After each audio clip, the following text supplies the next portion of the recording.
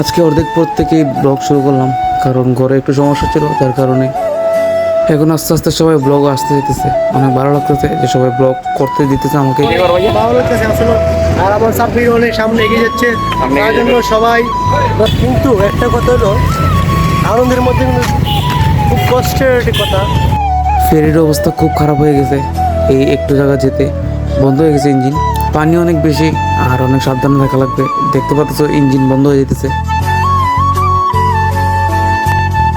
Hey guys, what's up everybody? It's your Sabir Ahmed back in the game with the new video.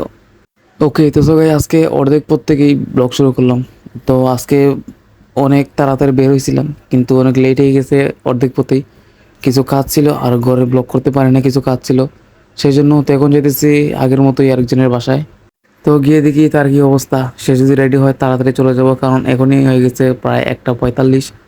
তো মানে 12:45 হয়েছে। তো 1:10 নামাজ, তাড়াতাড়ি যেতে হবে দরগায়, গিয়ে উজু করতে হবে, টাইম নাই। তো জানি না সে কী করতেছে এখন আর। তো গাইজ নামাজ শেষে আমরা এখন চলে যেতেছি আমাদের বাসায়। আর রাস্তাঘাটের অবস্থা খুবই, কি বলবো, একবারে মানুষ কম। তো এখন কি অবস্থা সবার সবাই জানোই গাইস। এখন বন্যার পানিতে এখন অনেক মানুষের অনেক সমস্যা। তো যার কারণে এখন কোনো বাসও আসে নাই এই শুক্রবারে। তো অনেক খারাপ লাগতেছে অনেকের জন্যই। তো এখন শুধু সবাই ক্যামেরার সামনে আসতে চাইতেছে, মানে তাদেরকে কীভাবে লাগে সেটা আয়না হিসেবে ব্যবহার করতেছে সবাই। আর আমার যে দুইজন আছে সাথে, তারা দুইজনও তো এই যে নতুন মেম্বার একজন, সে এখানে নতুন। তো আমার সাথে পুরানো হলো, ডিসপ্লেতে নতুন আসছে। তো শুধু চেহারা দেখতেছে ঠিক আছে তার চেহারায়, এবং কিছু টিপস নিতেছি যে কীভাবে ব্লগ করলে সুন্দর হবে। তো সবাই মিলে পরামর্শ করতেছি এখন কি করা যায়। কিছু বুঝতেছি না গাইস। এখানে কিন্তু রোদ কম কিন্তু গরম বেশি। তো এটা কোন পর্যায়ে, এটা আমি কোনো কিছু বুঝতেছি না। এখন গেলাম বড় ভাই। ভালো লাগতেছে আসলে। আর আমার সাব্বির অনেক সামনে এগিয়ে যাচ্ছে, তার জন্য সবাই দর্শকবৃন্দ, আমার যারা ফলোয়ার আছে, যারা ভক্তবৃন্দ আছে, আমি প্রায় দীর্ঘ 2-3 বছর আমি অনলাইন সোশ্যাল মিডিয়ায় আছি। এসেছে, তাকে তোমরা সাপোর্ট দিবা, তাকে এগিয়ে নিয়ে যাইবা। আশা করি আমি আপনাদের প্রমোট দেয়া দাও, সবাই প্রমোট দেয়া দাও। ভাই লেগে সেলিব্রিটি মানুষ, সবাই প্রমোট দেয়া দাও। ও এটা সামান্য রে বাবা, তোমার অনেক বেশি পানি কালকে দেখছি। তো কালকে ভিডিও ইউটিউবে ছাড়া হয়েছে না, ছাড়া হয়েছে ফেসবুকে। তো আজকে আবার দেখবো বাসার গিয়া খাওয়া দাওয়া হয়ে আবার দেখবো বিকালে। দেবো নাকি দা অনেক ভালো লাগবে, ভিডিও হইব, মানুষ বিপদ আছে, আনন্দ হইব। কিন্তু একটা কথা হলো, আনন্দের মধ্যে কিন্তু খুব কষ্টের একটি কথা। আমাদের সিলেট অঞ্চলে চতুর্দিকে কিন্তু পানির আবহাওয়া দেখতে পাচ্ছি। অনেক জায়গায় কিন্তু সে আপনার জকিগঞ্জের দিকে, আপনার জৈন্তাপুর দিকে, বিভিন্ন এলাকা কিন্তু বাটি গেলে কিন্তু বন্যার অবস্থা খুব ভয়ানক অবস্থা। কিন্তু কবে জানি আমাদের সিলেট শহরে অ্যাটাক হয় আমরা জানি না। তো আমরা সবার জন্য দোয়া করি, আল্লাহ পাক যেন সবাইকে যেন সুন্দরভাবে এবং ভালোভাবে সুস্থভাবে যেন থাকে। আর শুধু আমাদের সিলেট না, খুলনার দিকে অবস্থা খুব ভয়ানক, বিভিন্ন অঞ্চলে কিন্তু অনেক ভয়ানক অবস্থা। তাদের জন্য হ্যাঁ, এবার বুঝি না, এত গরমের মধ্যে আমরা দোয়া করছি আল্লাহ বৃষ্টি এমন বৃষ্টি দিচ্ছে, অবস্থা খুব খারাপ। ভালো থাকবেন দর্শক, এই মুহূর্তে ওকে। আমরা কোন চলে যাবো বাসায়, হাতে করবো বাসায় গিয়া। আমরা দুই বন্ধু, আমরা ছেড়ে চলে গেছে তারা বাসায়। আমরা একটু লেট হয়েছে, আমরা ভাইয়ের লেগে পাইছি, তারা দুজন গেছে কি বাসায়। ঠান্ডা হয়েছে তো এই জন্য একটু লেট হয়েছে। চলো আর বাসার গিয়া মিলি। ওকে, তো গাইস আমরা এখন চলে আসছি বাসায়। বাসায় খাওয়া দাওয়া করে এখন আবার বের হয়ে যেতেছি। তো এখন কোথায় যাব তোমরা তো জানোই। তো এখন আমরা যাব সুরমা নদীতে, সেখানে পানি কতটুকু হয়েছে সেটা তোমাদের দেখাতে। তো চলো যাই। আর এখান দেখা দিচ্ছে গাইস ঘরের পিছে কি অবস্থা। তো ঘরে ব্লক করে একবারে মানে বুঝতেছি না গাইস, একটু সমস্যা আছে জন্য। আর এখানে আশেপাশে মানুষও বেশি। তো আমি কোন সাইকেল নিয়ে চলে যেতেছি ডাইরেক্ট একবারে নদীর পাড়ে, দেখি সেখানের অবস্থা কি।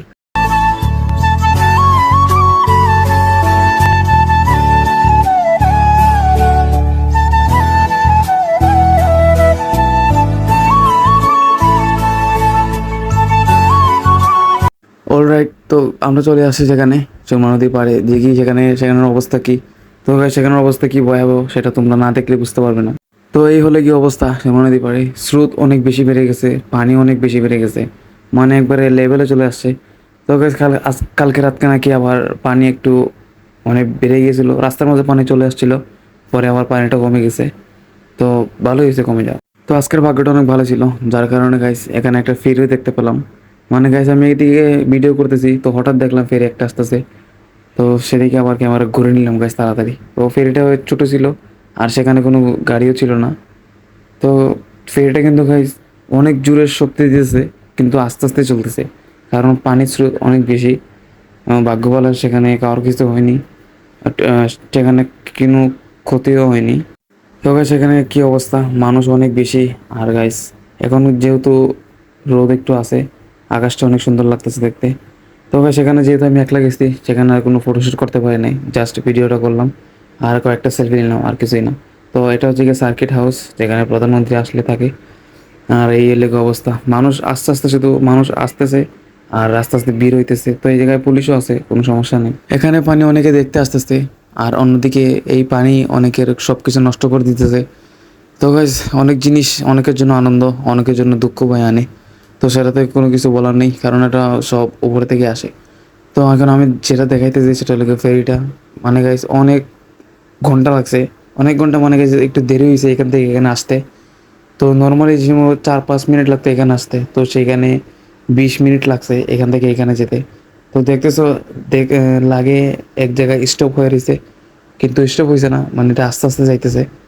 তবে যদি স্টার বন্ধ হয়েছে তো অবশ্যই সেটা আবার ব্যাগে চলে যেত নিজে নিজে। তো সেখানে সেতুর উপরে অনেক মানুষ ছিল, জায়গা সিলেটি ভাষায় পুরান ফুল বলে।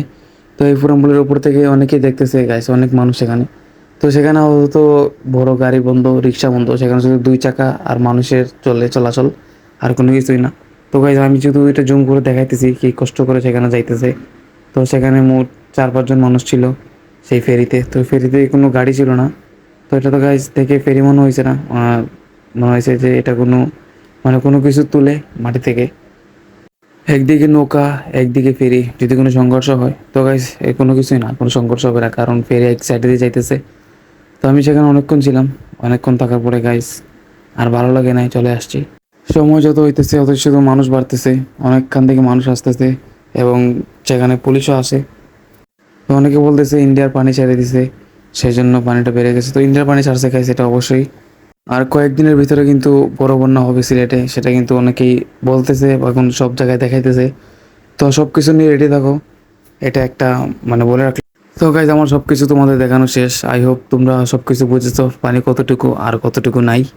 তো গাইজ এখানে একজন ক্যামেরাম্যান আসছিল, আই মিন যমুনা টিভির হবে।